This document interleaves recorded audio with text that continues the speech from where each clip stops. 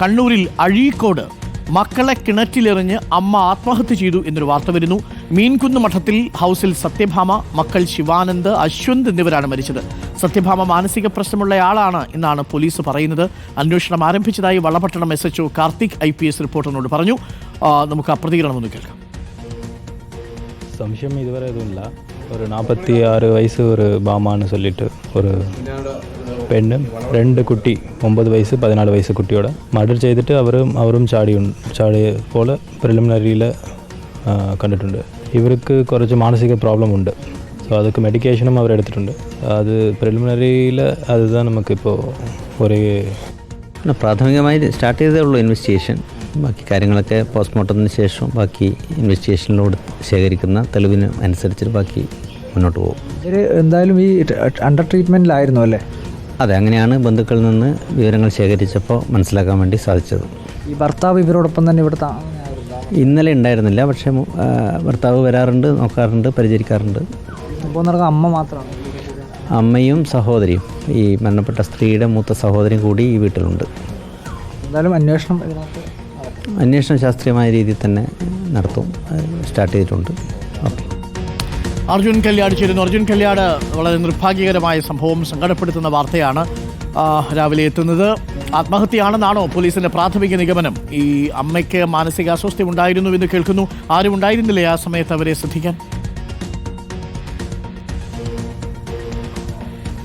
അരുണെ, ആത്മഹത്യയാണ് എന്നുള്ളതാണ് പ്രാഥമികമായി പോലീസും സ്ഥിരീകരിക്കുന്നത്. അതായത് ഇന്നലെ രാത്രി ഒരു 2 മണിയോടുകൂടിയാണ് ഈ സംഭവം, അതായത് ഈ സത്യഭാമയെ വീട്ടിൽ നിന്നും കാണാതാവുന്നത്. അതിനുശേഷം 2 മക്കളെയും അതോടൊപ്പം തന്നെ കാണാതായിരുന്നു. പക്ഷേ ആ സമയത്ത് ആരും തന്നെ ഈ കിണറ്റിലേക്കോ അല്ലെങ്കിൽ പരിസര പ്രദേശങ്ങളിലേക്കോ ഒന്നും തന്നെ അന്വേഷണം നടത്തിയിരുന്നില്ല. എന്നാൽ പുലർച്ചെ ഒരു 8 മണിയോടുകൂടിയാണ് ഈ കിണറ്റിൽ ഈ കുട്ടികളോടൊപ്പം അമ്മയെ മരിച്ച നിലയിൽ കണ്ടെത്തിയിട്ടുള്ളത്. ഈ സ്ത്രീക്ക് മാനസിക പ്രശ്നങ്ങളുള്ളതായിട്ട് കുടുംബം അല്ലെങ്കിൽ ബന്ധുക്കൾ പോലീസിനോട് ഉൾപ്പെടെ പറഞ്ഞിട്ടുണ്ട്. മരുന്ന് കഴിക്കുന്നയാണ് എന്ന കാര്യം കൂടി പറയുന്നുണ്ട്. നമുക്ക് ദൃശ്യങ്ങളിൽ തന്നെ കാണാം. ഈ വീട്, ഞാൻ നിൽക്കുന്നതും ഇപ്പോൾ ആ വീട്ടിലാണ്, ആത്മഹത്യ നടന്ന ആ വീട്ടിലാണ്.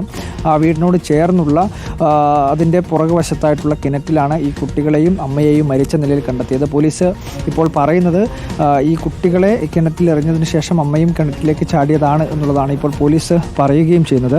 ഈ വീട്ടിലുള്ള ഈ മരിച്ച സത്യഭാമയുടെ സഹോദരൻ്റെ സുഹൃത്ത് ഇപ്പോൾ നമ്മളോടൊപ്പം ഉണ്ട്. ഇത് എപ്പോഴായിരുന്നു ചേട്ടാ?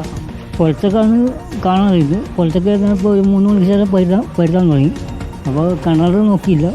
അപ്പുറം നമുക്ക് മുമ്പേ ഇങ്ങനെ ഓള് എണീച്ച് പോക്കലുണ്ട്, ഉറക്കത്തിലും നടക്കുന്ന സ്വഭാവമുണ്ട്. അപ്പം ഞാൻ കിണറ്റിൽ നോക്കിയാൽ കണ്ടത്. അപ്പോൾ കുട്ടികളൊക്കെ ആരും കണ്ടില്ല. പിന്നെ ഓളെ കണ്ടേരം പിന്നെ നമുക്ക് ഉറപ്പായി കിണറ്റിൽ തന്നെ ഉണ്ട്. ഈ വിളിച്ച് അവർ വന്ന് വെച്ചു. ഈ ഏത് മാനസിക ഈ ഉണ്ടായിരുന്നു? മുമ്പേ മാനസിക ഉണ്ടായിരുന്നു. മരുന്ന് വയ്ക്കും. കുടുംബത്തിൽ അങ്ങനെ വേറെ പ്രശ്നങ്ങൾ? വേറെ പ്രശ്നമില്ല. വേറെ ആരുമില്ല. അവർ 3 പെണ്ണുങ്ങന്മാർ 2 കുട്ടികളില്ല. ഇവിടെ ആരൊക്കെയാണ്? ഇവിടെ ഇപ്പോൾ മരിച്ച പോലെ അമ്മയും ചേച്ചി മക്കൾ. അവർ തന്നെ?